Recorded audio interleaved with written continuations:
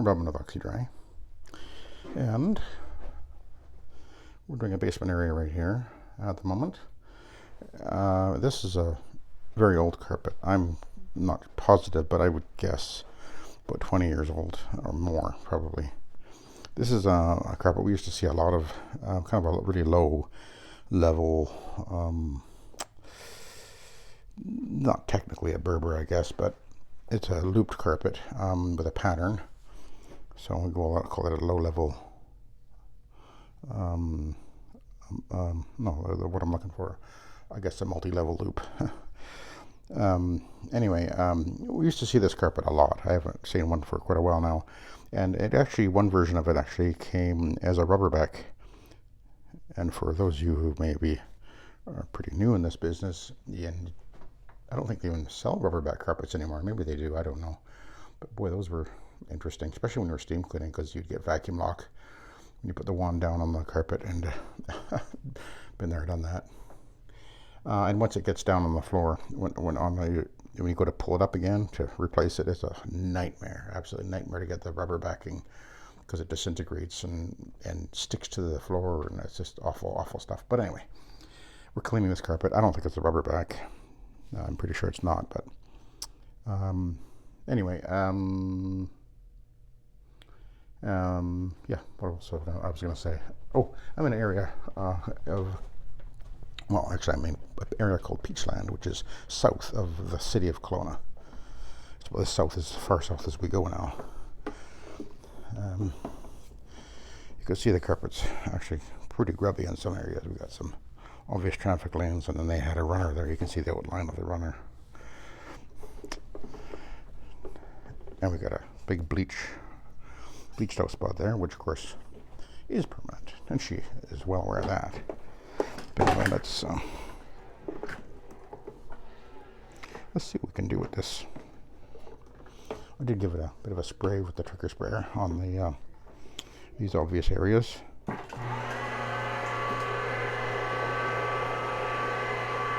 Ooh, interesting.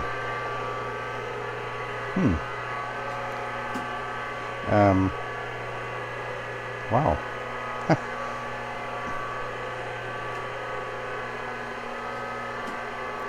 Well. Didn't expect it to react quite that dramatically. But I'm happy that it is. Let's go back here.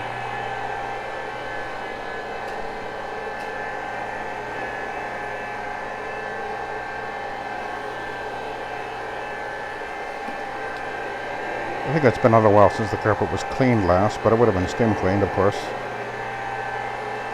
When I go out here, she asked me, if it's truck mount. I said, nope. Not at all. I want people to know we're not truck mount operated.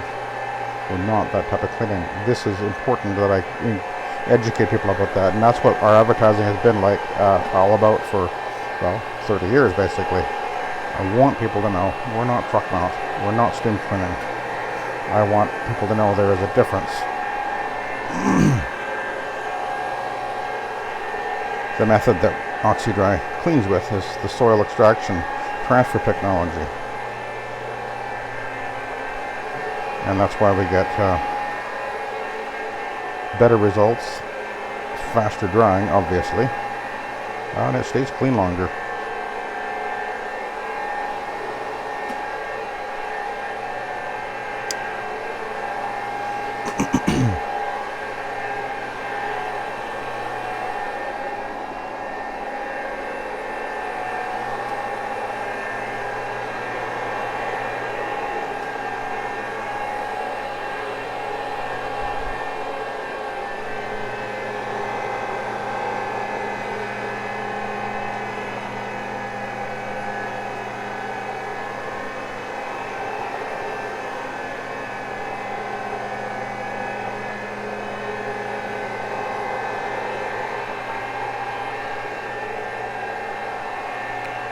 And I am cleaning with the AstroTurf pad, which is almost always what I use now because it works It worked fine. And I like it better than any other pad, which is really kind of funny in a way, because it's how basically almost the first pad that I ever used. I think the very first one I used was when I started 30 years ago. There really was no choice. I was in Penticton at the time, and I went into the local, there's actually a janitorial supply store, and I went in there and I was like, okay, I want to do carpet cleaning, and I'm looking for pads, or technically bonnets, I guess.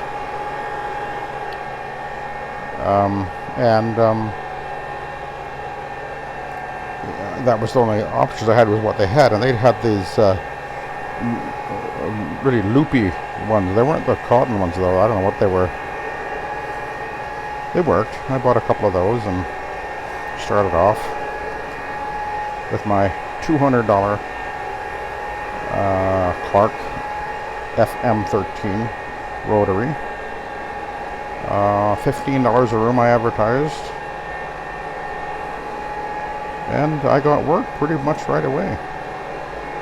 And I always advertised, always marketed that it was a low moisture, not steam cleaning, and you know, the way I cleaned before back then, I've learned an awful lot. Really, I have. And how I cleaned then was nowhere near as well as what I can do now.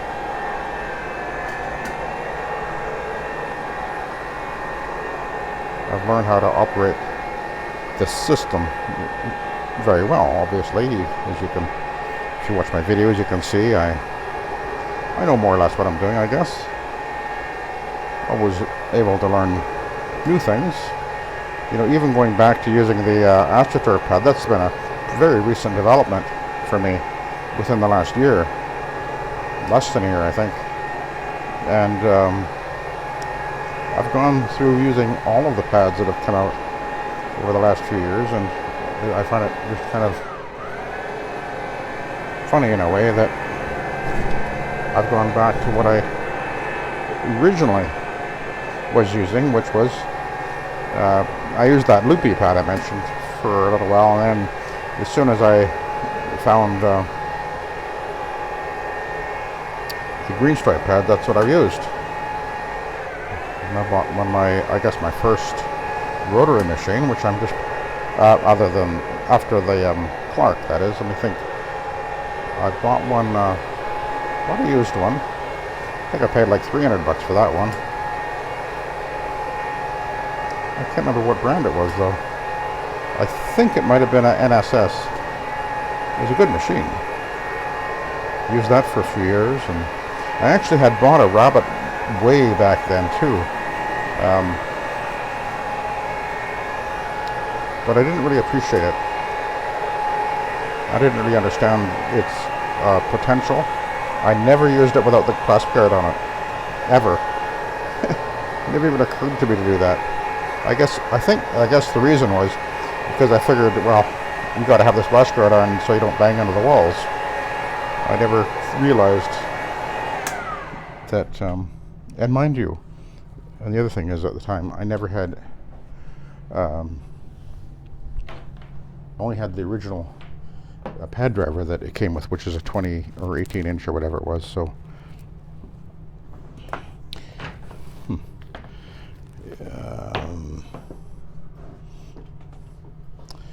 yeah, I didn't have the smaller pad driver. I never even realized I could put it on another one on there. I mean, it's obvious now when you think about it, but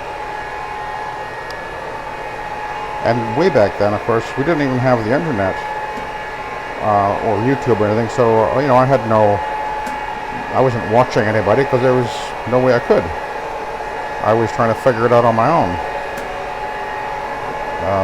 I guess which makes me one of the pioneers of certainly using the rotary the way I am.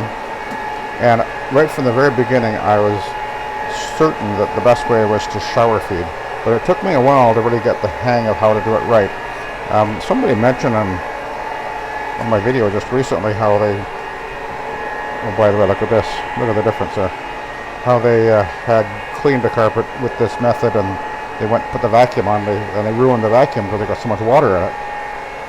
And I remember back when I began getting a lot of moisture, even literally having the vacuum dripping. I remember a few times I even had the bag wet inside until I kind of clued in that I'm just simply using way too much solution. You don't need to use any more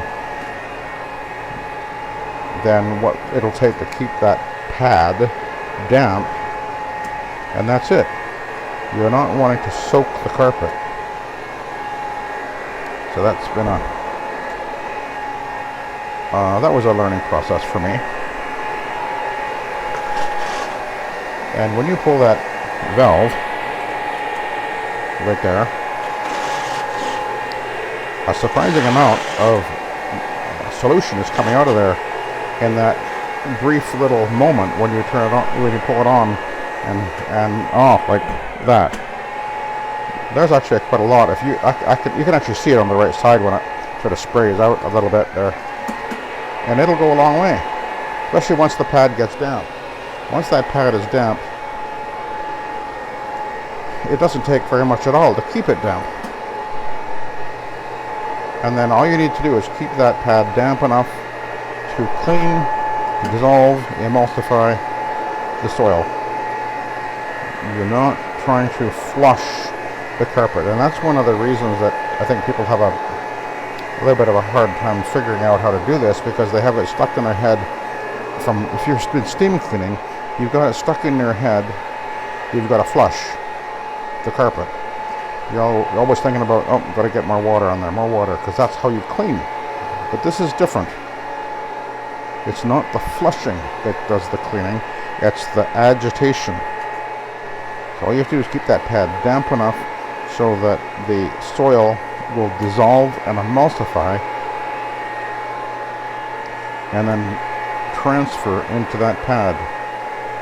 So that is just a rethinking of what you're used to. If you've been steam cleaning for years, and most guys, you know, who take on this cleaning do so because they've been steam cleaning for a while and are moving away from that for their own reasons, I guess, but a lot of it is cost of operating, and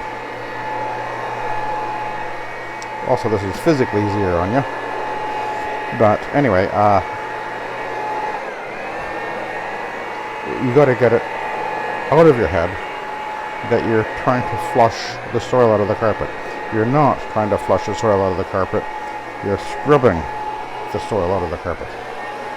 And you're just keeping that pad wet enough to dissolve and emulsify the soil.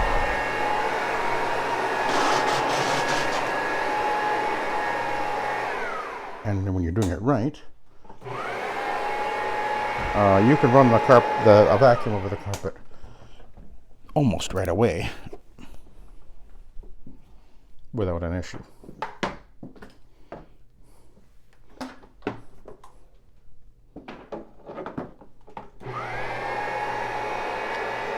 Without a problem, without sucking water into the vacuum bag or anything like that.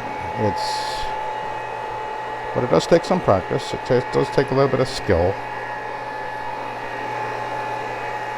See, right now, I'm working my way back down the hall, and I'm not applying any more solution because I don't need to. It's wet enough. And yet, I'm cleaning as I go. Whereas when you're using a wand, steam cleaning, you're only cleaning when you pull the trigger and you're spraying the water into the carpet, because that's when the water hits the carpet fiber. The kinetic energy of the water striking the fiber is what knocks the soil off of the fiber. It goes into the water, but the water, of course, is going down first because you've got pressure spraying into the carpet. And then the suction, as you're moving the wand over the carpet, or if you're using a box machine, a self-contained machine, the head on it, or whatever, it'll suck hopefully most of the water up and out of the carpet. But of course, now some of that water, which has been driven deeper into the carpet, is holding soil, not all the water comes up, nor does all the soil come up. And that is a simple matter of physics, really. And if you want to know just how much really is happening, if you ever lift up a carpet that's been steam cleaned a few times, you will see all kinds of water stains all over the backing of the carpet in almost every case. Particularly when you get guys that are pretty sloppy with the wand.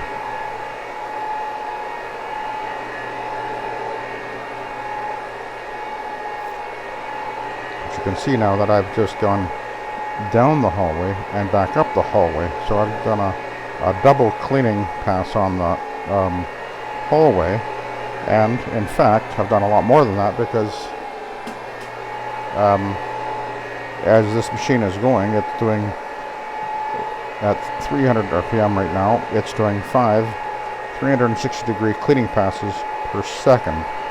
So it's doing tremendous number of cleaning passes on every inch of the carpet as I'm moving along. This isn't a single pass and a single pass. It's dozens and dozens and dozens of passes on the carpet fiber. That's why it works so well. And for those of you who are convinced that a orbital machine will clean better, well, I will again disagree. But, you know, whatever. It's a good option. It's still better than steam cleaning, in my opinion. But I would much rather use my rotary machines to clean. And I have OP machines. They're sitting in the garage. I won't be using them again. I don't expect. I don't like them. I'd much rather clean with a rotary. Much more enjoyable, I find it. And the results are, particularly when I get to like really soiled areas and stains. You've got a good quality cleaning product and you're using the right paths or a brush or whatever you're using. When you understand how to use it, you will get better results consistently if you know how to do it. I guess one of the things that happens is a lot of guys who don't really understand how to use the rotary, well, you try it out and go, oh, I don't like this, it doesn't work very well. And indeed, it won't until you get the skill. And that's going to take a little bit of time. For a lot of guys, anyway.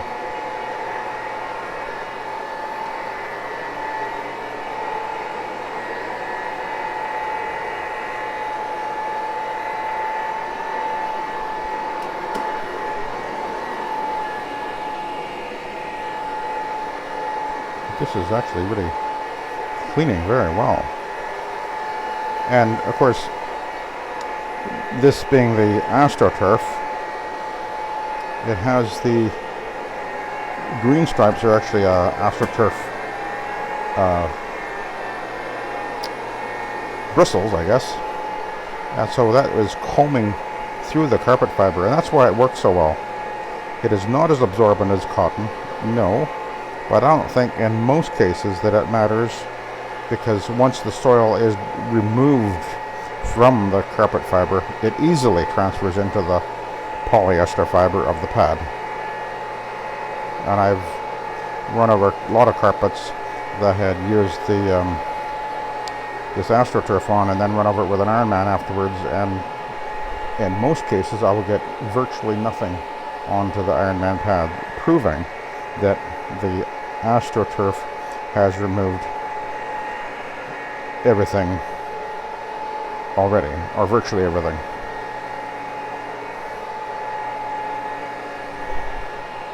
I just got to move that door.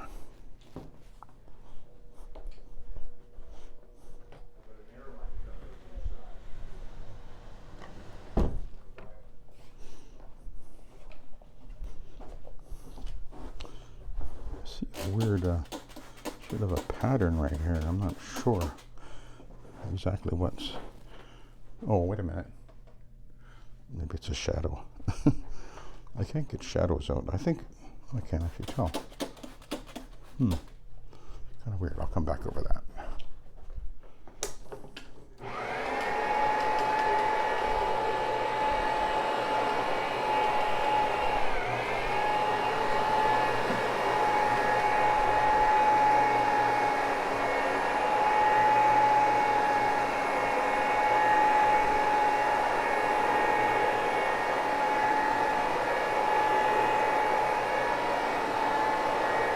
These carpets, I remember seeing these, oh my goodness, like 35, 40 years ago. I remember cleaning these carpets. They were really common in family rooms.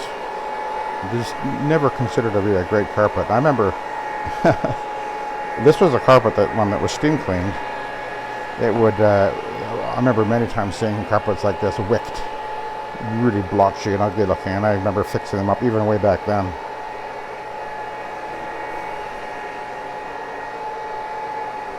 It was always considered a poor quality carpet. Although actually, this would last better than most of the new carpets they're selling now, the polyesters. This is actually a nylon fiber, but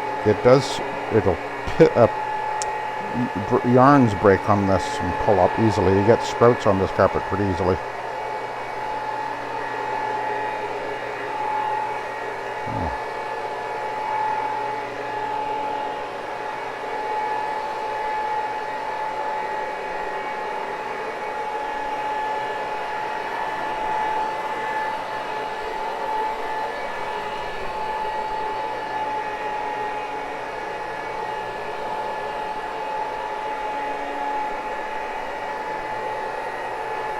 Okay, I'm going to wipe that floor.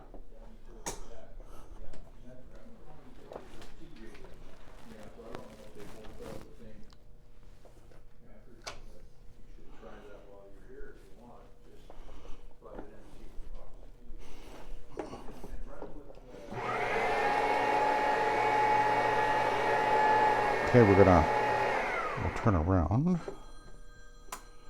and we'll take a look at that pad. I'm curious to see what that looks like.